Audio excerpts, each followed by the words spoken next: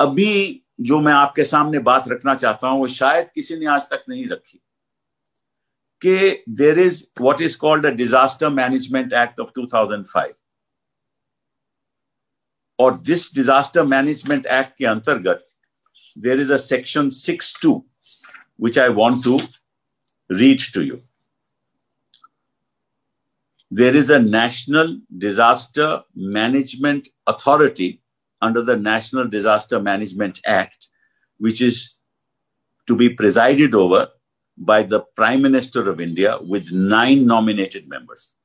कोई भी डिजास्टर हो, जैसे उत्तराखंड में अर्थक्वेक आ गया, या बिहार में फ्लड आ गए, केरला में मानसून के बाद बस्तियां उजड़ गई, तो ये तो स्पेसिफिक डिजास्टर्स हैं, प्रदेशों में होते हैं. आज के दिन Covid is a national disaster और हर एक के लिए अलग अलग प्लान चाहिए. तो सेक्शन 6(2) कहता है that the national, without prejudice to the provisions of this subsection, the national authority may approve the national plan. मतलब के प्रधानमंत्री जी जिस पे प्रिजाइड करते हैं नेशनल अथॉरिटी पे, वो एक नेशनल प्लान अप्रूव करेंगे. ये सेक्शन 6 में लिखा हुआ है, 6(2)(b) में. और ये नेशनल प्लान बनाएगा कौन? वो सेक्शन 10(2) पे लिखा है. सेक्शन 10(2) कहता है that the national executive council कौन है? कि secretary government of India has a council, जो बाकी जो सेक्रेटरीज होते हैं गवर्नमेंट ऑफ इंडिया के, उस काउंसिल, उस कमिटी, काउंसिल नहीं, कमिटी है, वो committee under section 10(2)(b) prepares the national plan to be approved by the national authority.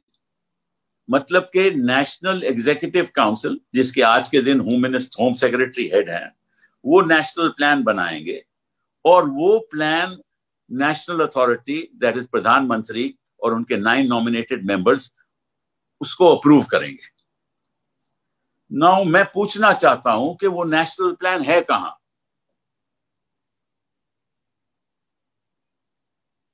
इस कानून के अंतर्गत एक नेशनल प्लान बनना चाहिए था, और मार्च 24 से आज अप्रैल हो गई, अप्रैल का चौथा हफ्ता हो गया, आज के दिन भी कोई नेशनल प्लान नहीं है. तो हमारी सलाह रहेगी कि आप जल्द से जल्द एक नेशनल प्लान बनाइए. मैं ये क्यों बात कह रहा हूं? इसलिए कह रहा हूं कि ये जो सेक्शन 10 है वो कहता है कि there shall be a national plan. इसमें कोई वो नहीं है कि आप नहीं बनाएंगे. और सेक्शन 72, धारा 72 इस एक्ट की कहती है कि ये जो एक्ट है, ये जो कानून है, it will override all other acts. Not the provisions of this act shall have effect notwithstanding anything inconsistent therewith contained in any other law for the time being in force. तो जब कोई ऐसी national आपदा आ जाए, एक राष्ट्रीय आपदा आ जाए, तो यही एक्ट लागू होगा, इसी के अंतर प्लान बनेगा और इस प्लान के अंतर्गत आगे कदम उठाए जाएंगे. और सेक्शन 11, धारा 11 कहती है there shall be drawn up a plan for disaster management for the whole country.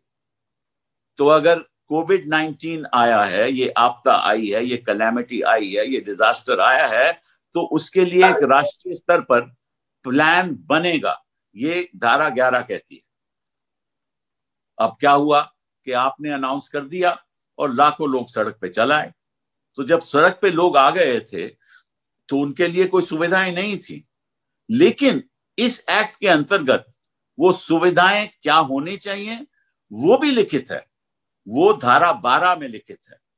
वो कहती है धारा 12 that the national authority, that is जहां प्रधानमंत्री प्रिजाइड करते हैं, shall recommend guidelines for minimum standards of relief to be provided to persons affected by the disaster. मतलब कि जो भी इसमें पीड़ित लोग हैं, इस आपदा की वजह से जो पीड़ित हैं, जिनको बड़ा नुकसान हुआ है, वो रिलीफ वो नेशनल अथॉरिटी जहां प्रधानमंत्री जी प्रिजाइड करते हैं, वो गाइडलाइंस ले करेंगे. क्या गाइडलाइंस है? वो minimum requirements to be provided in relief camps in relation to shelter, food, drinking water, medical cover and sanitation.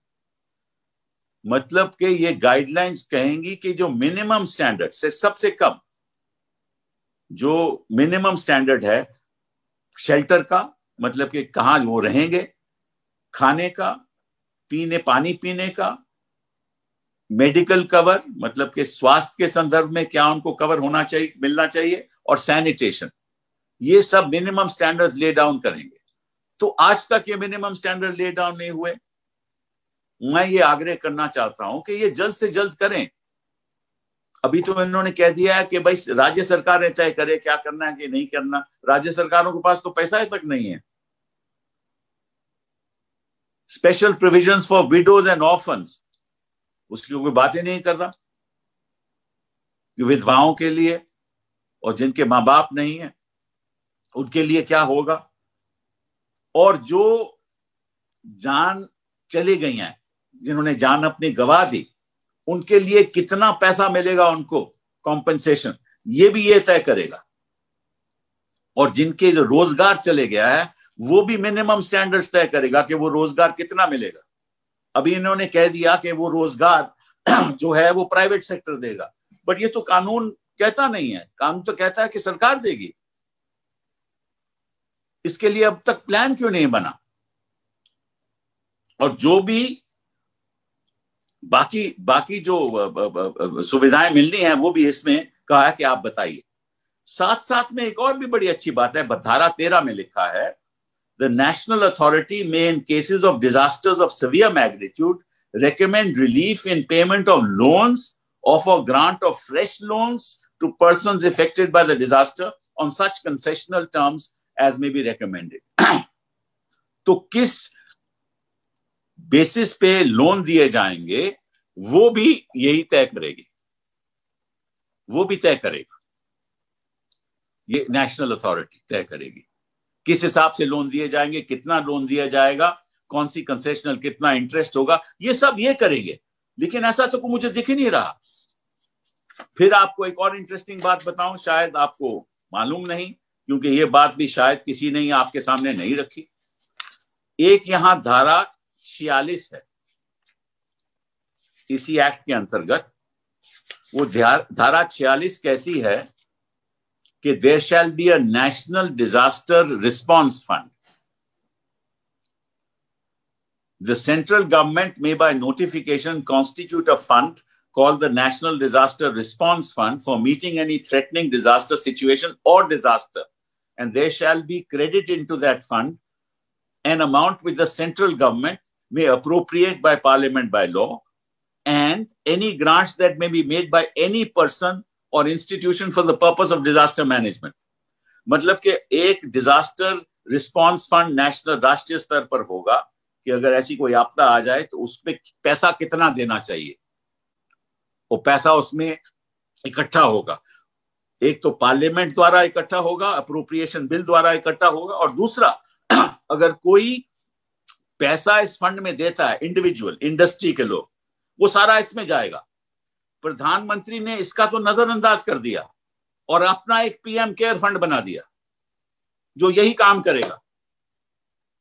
जब ये कानून कहता है कि कोई और कानून लागू नहीं हो सकता, कोई और एडमिनिस्ट्रेटिव ऑर्डर लागू नहीं हो सकता, और ये सारा इंडिविजुअल पैसा जो इंडस्ट्री दे रही है, वो मैं समझता हूं कि आज के दिन वो 6,000 करोड़ से ज्यादा है पीएम केयर फंड में, वो तो सारा नेशनल रिस्पॉन्स फंड में जाना चाहिए। तो इस बारे में क्यों नहीं कुछ कह रहा? इस कानून की बात क्यों नहीं हो रही? ये कानून तो सब कहता है कि कैसे होगा। साथ साथ में ये भी कहता है कि the national disaster response fund should be made available to the national executive committee. मतलब कि जो सेक्रेटरी की कमेटी है सेक्शन 10 के अंतर्गत, ये सारा फंड उसको जाएगा ताकि वो तय करे कि किस तरह से किसको देना है। धारा 47 में लिखा है कि there shall be a national disaster mitigation fund, और वो मतलब कि अगर किसी को, जैसे माइग्रेंट लेबर हैं, जैसे लोगों के रोजगार चले गया, मिटिगेशन के जो काम है कि कितना उनको अब रोजगार मिलना चाहिए, उसके लिए भी फंड होना चाहिए। और वो फंड सेंट्रल गवर्नमेंट का उसका कुछ योगदान है, कुछ स्टेट गवर्नमेंट का योगदान है, और जो फंड बना हुआ है वो बहुत कम है। तो एक तरफ में तो फंड कम है, दूसरी तरफ रिस्पांस फंड पीएम केयर को जा रहा है, रिस्पांस फंड में नहीं आ रहा। और वो पीएम केयर जो है वो तो ट्रस्ट है, उस पर तो कोई सवाल ही नहीं उठा सकता। और अगर इस रिस्पांस फंड में पैसा जाएगा और पैसा खर्च होगा तो सीएजी सवाल उठाएगी। तो मुझे समझ नहीं आता कि ये इसको दरकिनार करके ये ऐसा क्यों हो रहा है। और मैं आग्रह करूंगा कि जल्द से जल्द और ये देखिए, ये कानून ये भी कहता है कि एक राष्ट्रीय स्तर पे प्लान बनेगा, एक प्रदेश के स्तर पे प्लान बनेगा और एक डिस्ट्रिक्ट के स्तर पे प्लान करेगा। और सेक्शन 10(2) कहता है कि जो नेशनल एग्जीक्यूटिव कमेटी है ये सारा उसको कोऑर्डिनेट करेगी। Coordinate and implement the state plan. Recommend provisions for fund for mitigation and preparedness measures. Review development plans of different departments. तो ये कहना चाहता हूं कि ये जो हमारे सामने कानून है इसके मुताबिक कोई प्लान क्यों नहीं बना और क्यों नहीं हो रहा। और मैं आग्रह करूंगा, ये हमारी कंस्ट्रक्टिव सजेशन है कि प्रधानमंत्री जी और सरकार इसके बारे में कुछ बताएं। अब दूसरी बात मैं आपके सामने रखना चाहता हूं कि आज के दिन एक बहुत, जैसे मैंने कहा कि एक इकोनॉमिक लॉकआउट हो गया, देश के पास आमदनी कम हो गई, सारे विश्व के स्तर में नेगेटिव ग्रोथ होगी, यूएस की नेगेटिव ग्रोथ होगी। और यहां भी जो मूडी ने कहा था कि यहां का 2020 का जो जीडीपी है वो लगभग 2.5% होगा और इकरा ने कहा 2% होगा। मैं समझता हूं, ये मेरी अपनी राय और कई अर्थशास्त्रियों ने भी बात कही है कि ये अपने आप में सही नहीं है। ये एक्चुअली हिंदुस्तान की जो ग्रोथ होगी 2020 की वो नेगेटिव होगी। अब इसका नतीजा क्या है और इसके बारे में प्रधानमंत्री जी और सरकार को तैयार रहना चाहिए, क्योंकि यहां हमारे सप्लाई साइड कंस्ट्रेंट्स आ जाएंगे और डिमांड साइड कंस्ट्रेंट्स आ जाएंगे। और डिमांड साइड कंस्ट्रेंट्स क्या हैं? One is trade, transport, travel, tourism, ये सब बंद है। ट्रैवल बंद, टूरिज्म बंद, ट्रांसपोर्ट बंद, ट्रेड लगभग बहुत कम हो चुकी है, देश में भी और प्रदेशों के साथ भी। फिर एंटरटेनमेंट बहुत कम, स्पोर्ट्स बहुत कम, फाइनेंशियल सर्विसेज सेक्टर उसमें भी बहुत एक प्रॉब्लम आई है। ये तो होगी डिमांड साइड। अब जो सप्लाई साइड चेन है वो सब ब्रेक डाउन हो चुका है उसका। मैं आपको उदाहरण देना चाहता हूं। देखिए, हम चीन के जो हमारा इंपोर्ट होती है, चीन से जो सारा हम देश का इंपोर्ट करते हैं उसमें से 17.4% चीन से आता है। हमारा सारा इंपोर्ट 17.4% चीन से आता है। उसमें क्या क्या चीजें आती हैं? उसमें आते हैं would products, minerals, oils, plastics, chemicals, जो फार्मास्यूटिकल, जो एक्टिव फार्मास्यूटिकल इंग्रेडिएंट्स है जिसको हम एपीआई कहते हैं, वो भी चीन से आता है। इस पे रोक हो गई है, इसमें बहुत नुकसान हो रहा है हमारा। तो ये हमारा सप्लाई साइड कंस्ट्रेंट है। और जर्मनी और यूके से हम लेदर के गुड्स एक्सपोर्ट करते हैं, फुटवेयर एक्सपोर्ट करते हैं, मशीनरी एक्सपोर्ट करते हैं, इंस्ट्रूमेंट्स एक्सपोर्ट करते हैं, वो भी बंद हो गया। वहां से जो फूड स्टफ आता है, इंपोर्ट होता है, उसमें भी रुकावट आ गई। ईरान को हम अपनी सब्जियां भेजते हैं, वो भी प्रॉब्लम हो गई। ऑस्ट्रेलिया और ईरान में जो मेजर सप्लायर्स हैं हमारे मिनरल प्रोडक्ट्स के, उसमें भी रुकावट आ गई। तो इस संदर्भ में अब होगा क्या? जब ट्रेड कमती होगी देश में और विदेशों के साथ, आमदनियां कम हो जाएंगी। और साथ साथ में अभी हाल ही में आपने पढ़ा होगा जो रिमिटेंसेस आती हैं हमारी बाहर से, जो लगभग $80 बिलियन सालाना आती हैं, उससे ज्यादा भी सालाना आती हैं, उसमें 23% की घटौती आई है। तो रिमिटेंसेस भी कम हो गई। तो जो राज्य सरकारें हैं वो बेचारी क्या करेंगी? उनको पैसा बोरो करना पड़ेगा। अब पैसा उनके पास है भी नहीं। अब राज्य सरकारों की जो आमदनी है वो कहां से आती थी? क्योंकि बाकी तो जीएसटी से आती थी, और जीएसटी में भी आमदनी कम हो गई। जो पुराने उनकी जो जीएसटी के ड्यूज थे वो भी उनको नहीं, राज्य सरकारों को नहीं मिल रहे। तो आमदनी की तो बात आप छोड़िए, तो पुराने ड्यूज भी नहीं मिल रहे, अब तक नहीं मिले। तो इनकी जो अपनी आमदनी थी वो रियल एस्टेट के द्वारा थी, वो भी सारी सिस्टम बंद है। सारा रियल एस्टेट सिस्टम बंद है। सारे प्रोजेक्ट्स लगभग डेट में हैं और हो नहीं रहा कुछ। दूसरा, पेट्रोलियम प्रोडक्ट्स की सेल में आती थी इनका पैसा, और अल्कोहल में आता था, शराब में आता था, वो भी बंद है। अभी पंजाब के चीफ मिनिस्टर ने कहा कि वो खोलना चाहिए, लेकिन वो नहीं खुला। और केरला ने तो 6,000 करोड़ बोरो किया है 15 साल के लिए। 6,000 करोड़ बोरोइंग है केरला की, उनके फाइनेंस मिनिस्टर ने बताया है। और उसका जो ब्याज दे रहे हैं वो 8.96% है। तो कैसे स्टेट्स अपना गुजारा कैसे करेंगी? और इस बीच में जो पैसा माइग्रेंट वर्कर को जाना चाहिए, अभी देखो ऐलान किया है मध्य प्रदेश ने कि जो हम अपने जो माइग्रेंट वर्कर हैं जो बाकी प्रदेशों में, उनको हम बुला लेंगे, स्टेज वाइज बुला लेंगे। भी इनको कहां से मालूम है कि कहां इनका कोई माइग्रेंट वर्कर है? कोई डेटा है इनके पास? अब भाषण तो कर सकते हो। इनको क्या मालूम कि मुंबई में कितने बैठे हुए हैं मध्य प्रदेश से, और बाकी जगहों में कितने बैठे हुए हैं और कहां बैठे हुए हैं? कैसे इनको मालूम? इनके पास डेटा ही नहीं है कोई। तो ये कैसे मुश्किलें जो हैं, हम सरकार का साथ देना चाहते हैं, हमें बताइए हम कैसे साथ दें। ये मुश्किलें, जैसे हमने पहले कहा था, if you don't remember, if you read one of my articles I wrote some time ago, about 3-4 weeks ago, and yesterday there was a statement by Dr. Guleria from AIMS saying that 80% of our population will not be infected. This I said 3 weeks ago.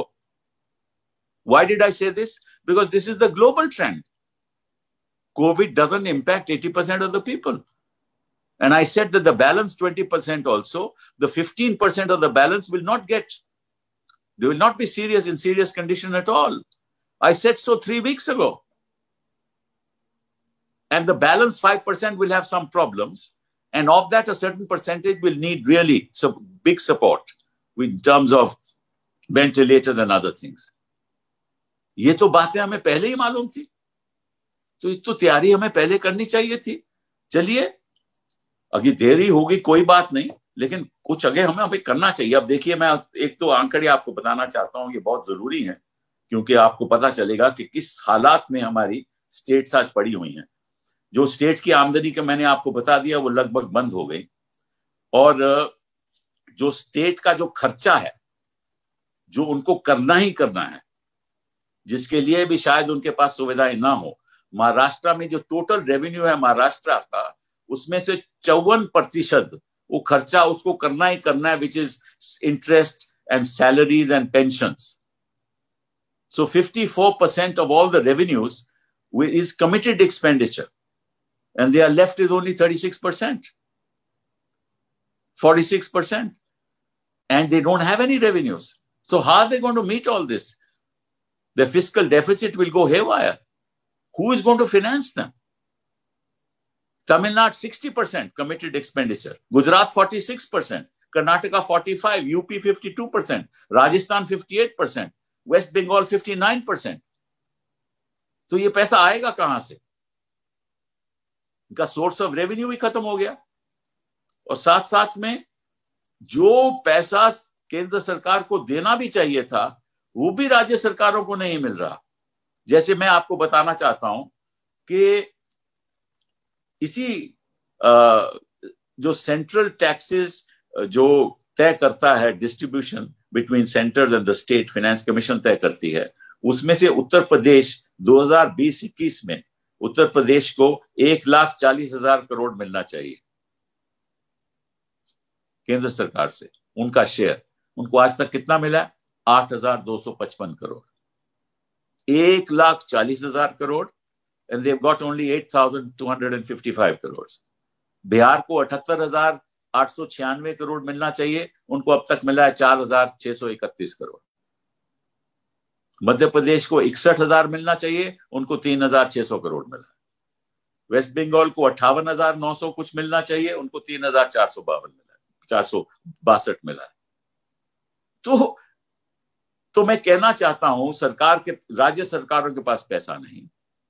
Uday scheme जब से इन्होंने लागू की है वो ज्यादा indebted हो गए हैं, डिस्कॉम ज्यादा। मंशा तो ये थी कि डिस्कॉम्स को राहत मिले, लेकिन डिस्कॉम ज्यादा इंडेटेड हो गए हैं उदय की वजह से। पैसा है नहीं, बोरोइंग ज्यादा कर नहीं सकते, डेफिसिट बढ़ जाएगा, केंद्र सरकार की आमदनी कम हो गई, रेवेन्यूज कम हो गए, रेवेन्यू अर्निंग्स कम हो गई। लगभग जो केंद्र सरकार की जो कमती हो गई है लगभग 1,20,000 करोड़ की है मिनिमम। तो अगर केंद्र सरकार के पैसा भी नहीं है तो ये सब सामने जो मुश्किलें आएंगी इसके बारे में तो कोई बात ही नहीं कर रहा। मैं क्यों ये प्रेस कॉन्फ्रेंस कर रहा हूं? Only to say that these are the issues that will have to be dealt with. You have to be prepared. You have to plan. And unless you plan and you are prepared, you will be put in difficulty, in serious difficulty. It's okay to give confidence to people. It's okay for the Prime Minister to talk to, villages and panchayats and state governments. But the Prime Minister and the government must unveil a plan of action. ये काम होगा कैसे आने वाले दिनों में? कैसे हम लोग आप लोगों का साथ दें? हम आपको सपोर्ट करना चाहते हैं, लेकिन आप बताइए तो सही।